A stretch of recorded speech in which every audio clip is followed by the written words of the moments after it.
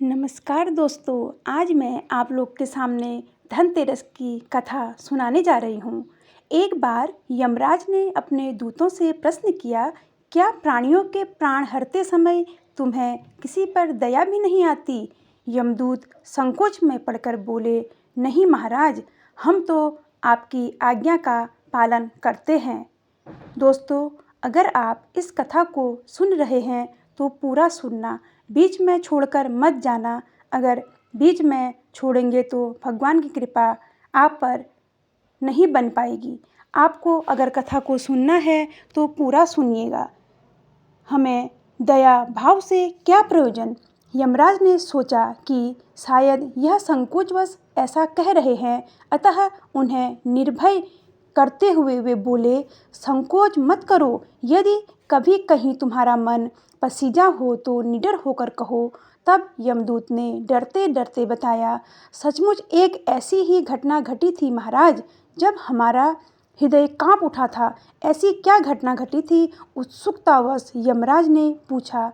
महाराज, हंस नाम का राजा एक दिन शिकार के लिए गया। वह जंगल में अपने साथियों से बिछड़कर भटक गया और दूसरे राज्य की सीमा में चला गया।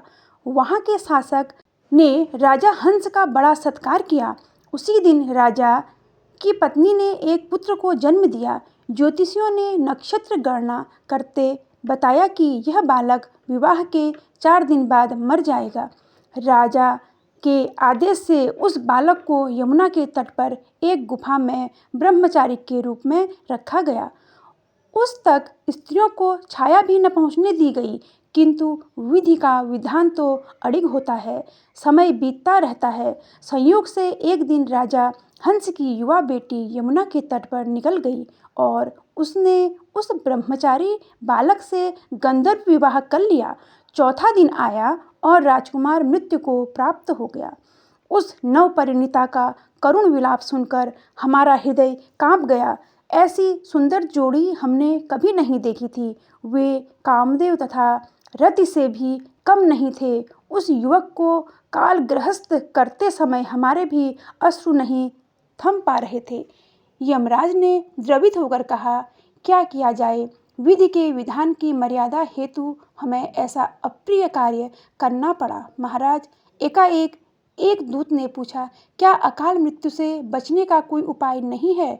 यमराज ने अकाल मृत्यु से बचने का उपाय बताते हुए कहा, धनतेरस के पूजन एवं दीपदान की विधि पूर्वक करने से अकाल मृत्यु का भय पास भी नहीं फटकता।